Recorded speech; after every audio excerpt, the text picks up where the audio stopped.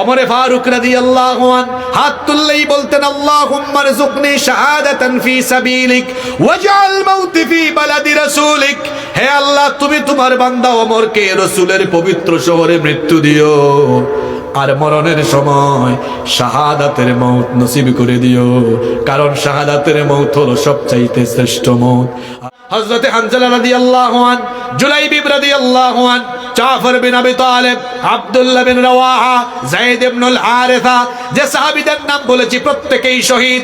তারা যেভাবে ডাক আসলে পরে সব ছেড়ে দিয়ে শহীদ হয়েছেন, ঠিক তেমনি ভাবে যদি আমাদের জন্য সুযোগ আসে, সময় আসে, কাপুরুষের মতো ঘরে বসে থাকবো না। আল্লাহর দ্বীনের জন্য লড়তে লড়তে লড়তে লড়তে প্রয়োজনে জীবনটা আমরা দিয়ে দিব। কারা কারা রাজি আছেন আল্লাহকে দেখান। একটু বাদে একটু আমি দিলাম, সুযোগ দিলাম, ওই আত খান তুলা দিয়ে রাখুক। যারা আত তুলছেন আপনারা কিতাব মনটাকে তুলছেন নি, আত খান 30 সেকেন্ড নামাইবা না। আল্লাহ তুমি সাক্ষী থাকো, যারা আত তুলছেন আল্লাহ তুমি সবর দিলর আশারে পূরণ করো। এখন আপনার হাতটা উঁচা করেই রাখেন, আপনারা ভাবিয়েন না যে হুজুর যে দোয়া করছে তার মানে সবাইকে হয়তো লড়াইয়ের ময়দানে শহীদ হিসাবে আল্লাহ কবুল করে ফেলবে, না, বিষয়টা এমন না।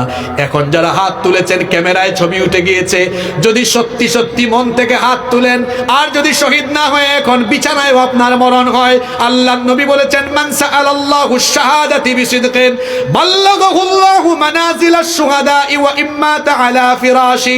দিলের মধ্যে যারা শাহাদাতের তামান্না রাখে, তারা যদি শহীদ না হয়েও বিছানায় মারা যায়, অন্তরে শাহাদাতের তামান্না থাকার কারণে যেভাবেই মরুক, মরার পরে তাকে শাহাদাতের মর্যাদা যিনি দিয়ে দিবেন তিনি কে?